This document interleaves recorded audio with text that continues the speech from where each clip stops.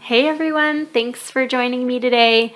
If you're watching this on video, then I am in a corner in my bedroom. So it's been, I didn't have as much time with this being the first week of school here in Texas. So school started today. So today would have been my time that I would have recorded at the office, but I worked up kind of a little bit more than a half day so I could pick my son up at dismissal. And so I'm recording at night at home. So, in continuation with our communication series, today is not going to be a super long episode, but one thing I was thinking about when it comes to couples is that, I work with couples who are already married, and I work with couples who are not married, and I also work with couples who are preparing for marriage. So when it comes to premarital counseling, I do a lot of kind of the, talking about the main topics that couples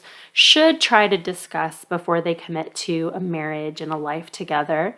And when I don't have an opportunity to work with people before they get married, which, most therapists, we get to meet people quite a while after they've been together, whether they're married or just married or long-term together, I noticed that most people don't have, well, I don't want to say most, many people don't have the big conversations that you need to have before you get married.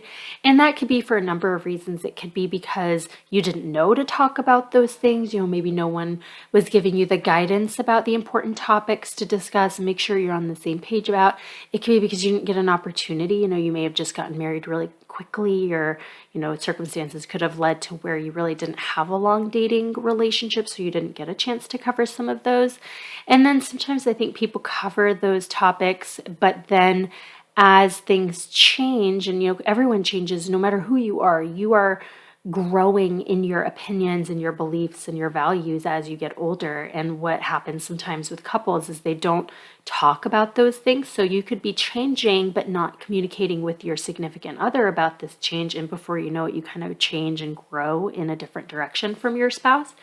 So the reason I was thinking about this was because when it comes to meeting with couples, I've kind of noticed, even recently, some of the couples I'm working with, there's this fear sometimes that's unspoken in couples about expectations and what you really want out of a relationship. And that could be expectations from early on, like if you're just getting married or you're seriously considering getting married, you might have conversations about what you want your finances to look like, when you want to have children, if you want to have children, how you want to raise your kids. Do you want to raise them in a specific faith? How do you want to handle your family's, relationship with the in-laws, things like that.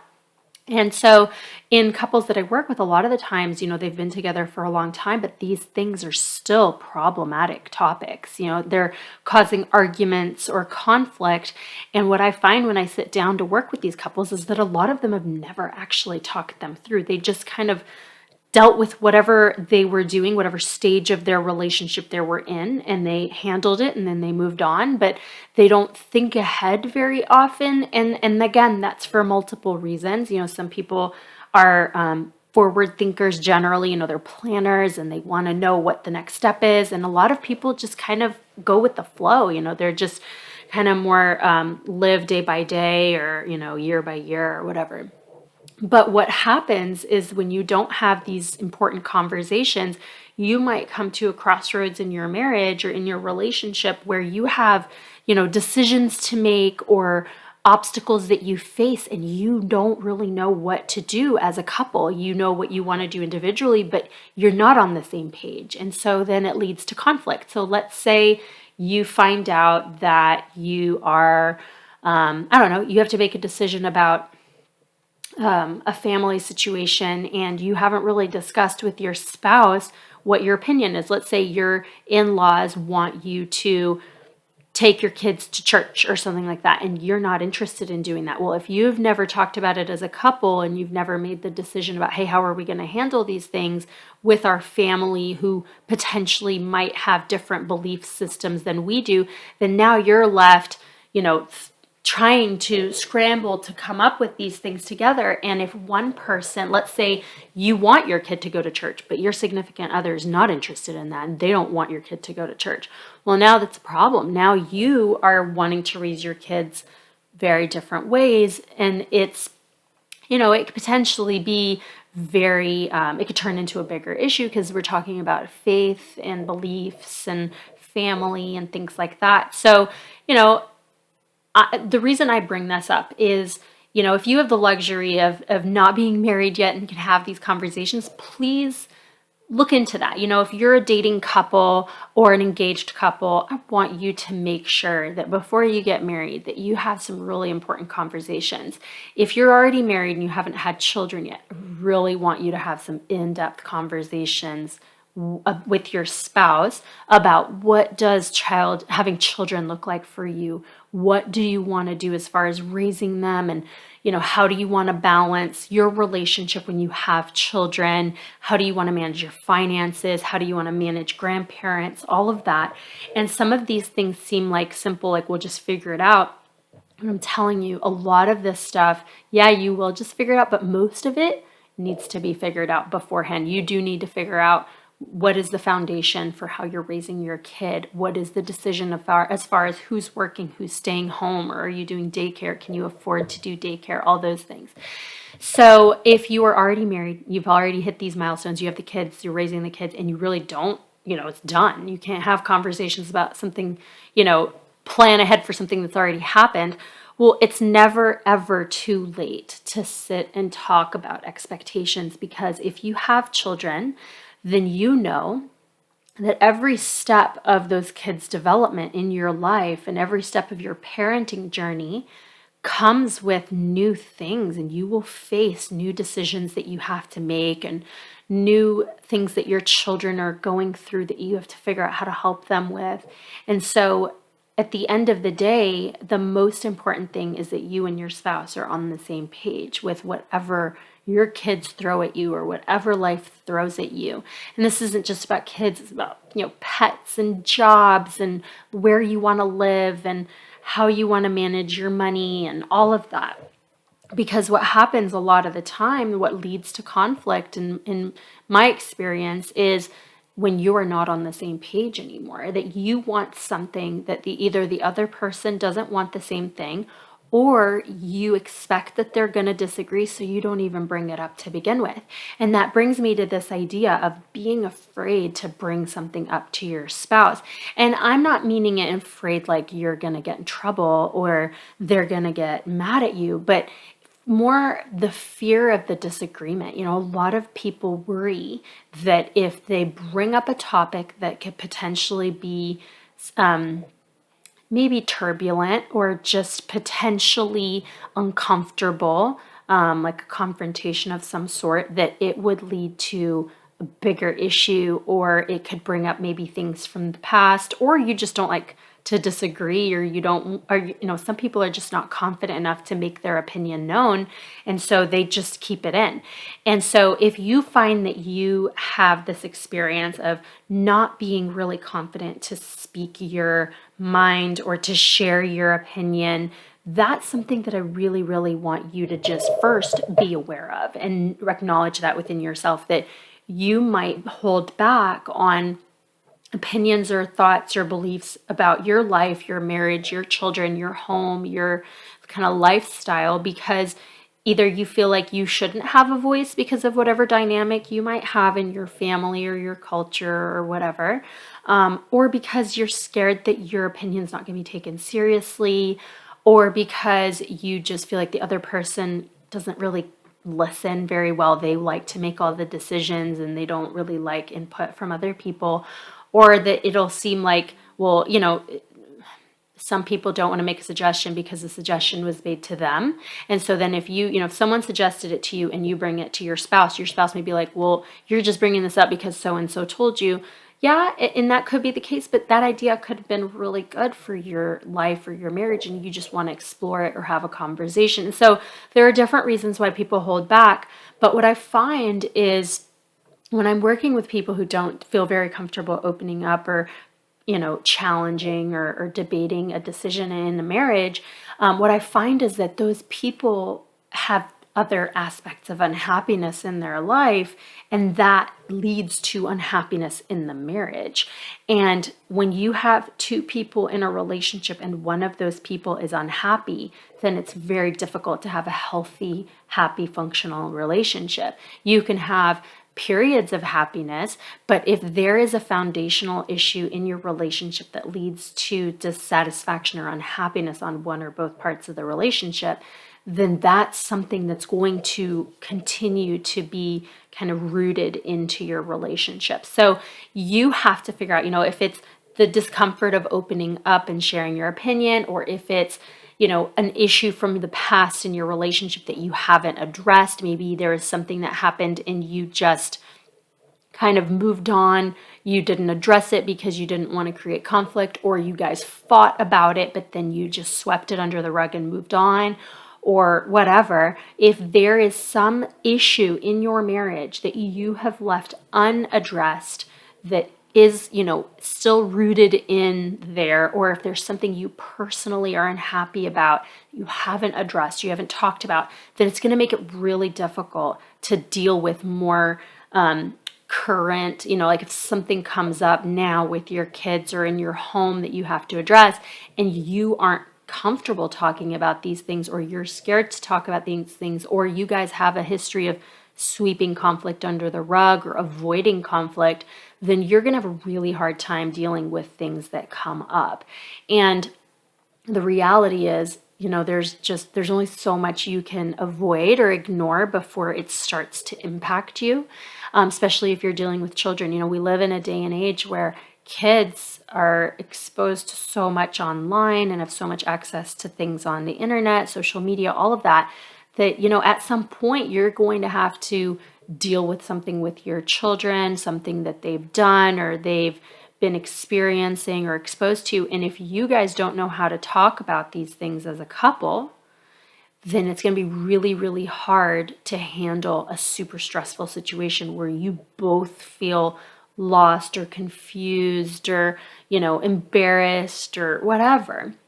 And so you as a unit, you have to start and be strong as a couple, know how to talk about hard topics that come up, hard conversations, so that when there's another person or other people involved, like your children or other family members, you have a stronger foundation within yourselves as a couple to then be able to deal with it. But what I find is that a lot of couples don't turn towards each other when there's something to deal with. They kind of go apart. They'll consult a friend or another family member, which is fine, but then they don't know how to talk to each other about it. They don't know how to come to each other and openly share how they feel because they're scared that it's not going to go well. Or maybe there are other conflicting issues in the relationship that kind of cause couples to have this rift. So then when something bad does come up, they don't go to each other because it's really hard to be vulnerable with someone that you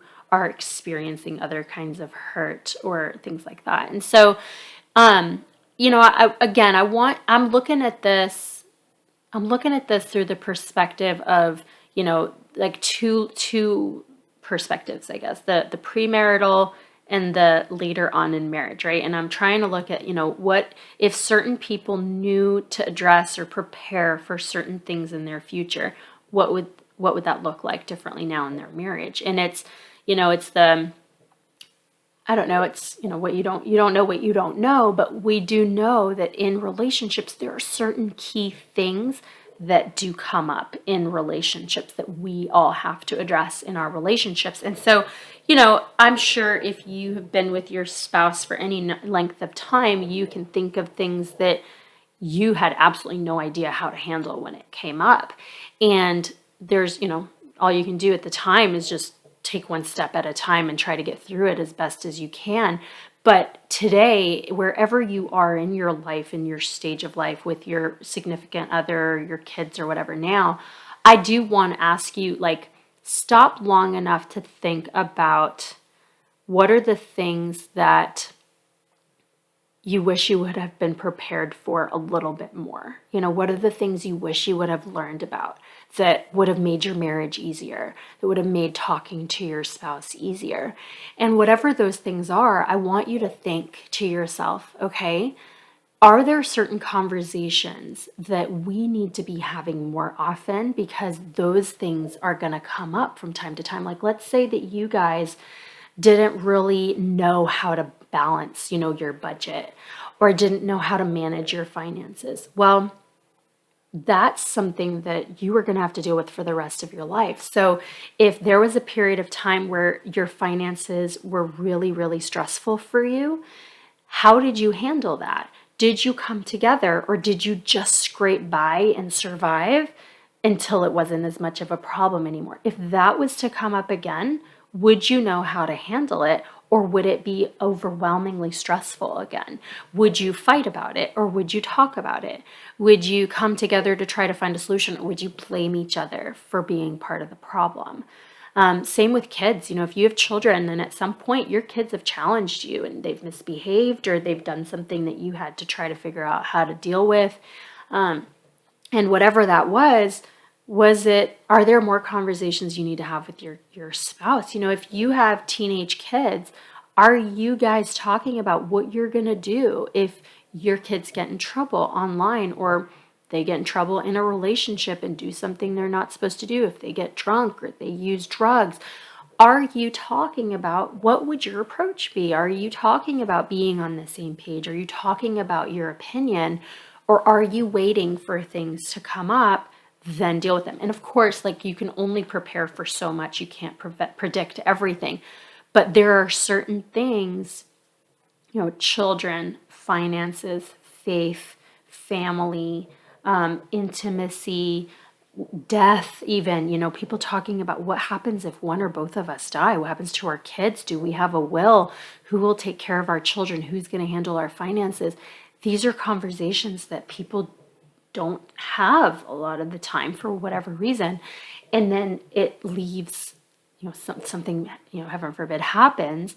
There is a big issue that one of you has to deal with. So you can't predict everything, but right now, if I was to say, hey, what are some of the worst things that could happen that you would hate to be unprepared for with your kids, and then with your home, or with your finances, with your family? You could probably make me a list of a few things that you would really hope to have a plan for. And so the same way that we talk about premarital counseling, if you talk to a professional who has worked with marriages and couples, then they're going to walk you through a list of a few things that we really want you to have a good dialogue about as a couple. Make sure you're on the same page when these things come up. And obviously that could change, but generally speaking, let's get a good foundation going. This is the same thing now that you've been married or you've been together for a while. What are those things that you need to make sure you are continuing to talk about? And this takes you back to the topic I did a few weeks ago about liking your significant other and having a friendship. When you're friends with someone, then you really should never run out of things to talk about. It doesn't mean you're going to talk about stuff all day, every day.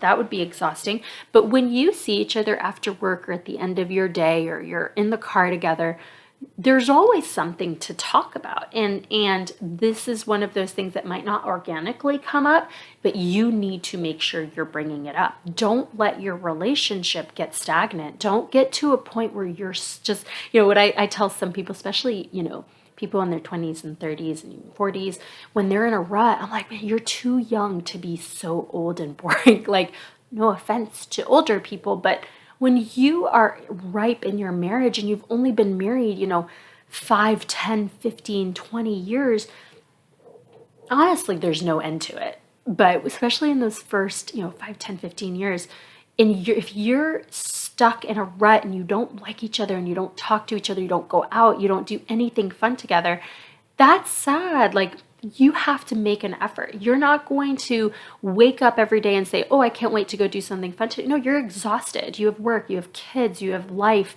You're exhausted. You have to make time. You have to make an effort to do these things, to invest in your relationship. But that also applies to these very real life conversations that we have to continue to have with our significant others for the duration of our lives. And it doesn't mean you sit down every day and make eye contact and have a serious talk. I'm saying just chat, check in with each other. Hey, I heard this on the news today about this kid that was talking to someone online that ended up being a predator. When their parents found out, and it was mortifying. Okay, what would we do if that ever happened to our kid? If we found out that our kid was online, maybe secretly talking to people or hiding something from us, and then maybe got exposed to something inappropriate, what would we do about it? Who would we talk to? What support would we get for our kid? Like, that is a real life possibility in our day and age that we live in. What are you gonna? What are your do you agree about who is a safe adult for my kid to go spend time with? Do we trust the parents of our friends' kids? Would we let them go over? Because far too often, parents are too trusting, let their kids go to someone else's house, and then something happens where there's either supervision that's not there and the kids get hurt, or another adult that harms his child, or a child that harms your child. Like, all kinds of things can happen. But you as a unit, you as a team, as a married couple or a couple in a relationship, you have to have conversations, because sometimes there's one parent that handles the kid thing sometimes, and that parent makes some of the decisions, gives the permission, and then if something bad happens, then the other parent blames that first parent. And so you need to be aware of what your kids are doing, be on the same page, and you're not always going to be 100% equally involved, and you can be, but sometimes that's not the case. So make sure you're as involved as you need to be in your finances, with your children, with the decisions made about your home, all of that.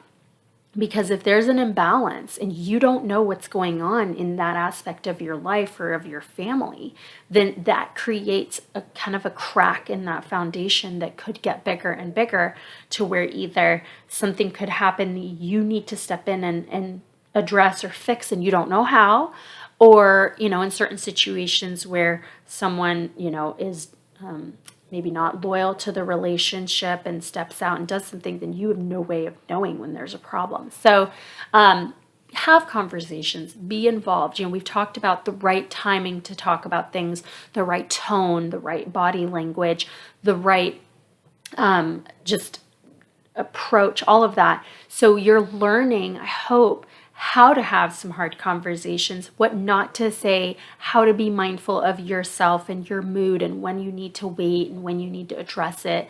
But this is kind of the reminder that you don't have to just have things that happen today to talk about. It's important to have the what if this happens in the future, or how do we feel about this, or hey, my opinion about this thing has changed from when I first met you. How do you feel about this? I'm watching this thing in the news and I'm learning more about it, and I'm wondering what you think, because I think my belief system might be changing and I'm confused about it. Let's talk about it. Like, could be anything. But if you don't stay in contact and have these conversations with your spouse, you could outgrow each other, and that would lead to some, obviously, distress in the relationship, or a break in the relationship, or just like that kind of that drifting apart feeling where you're just living with a roommate. So just think about it. Think about the things that you need to be talking about. Think about the things that it's never too late to start talking about. Don't hold back. Don't be scared.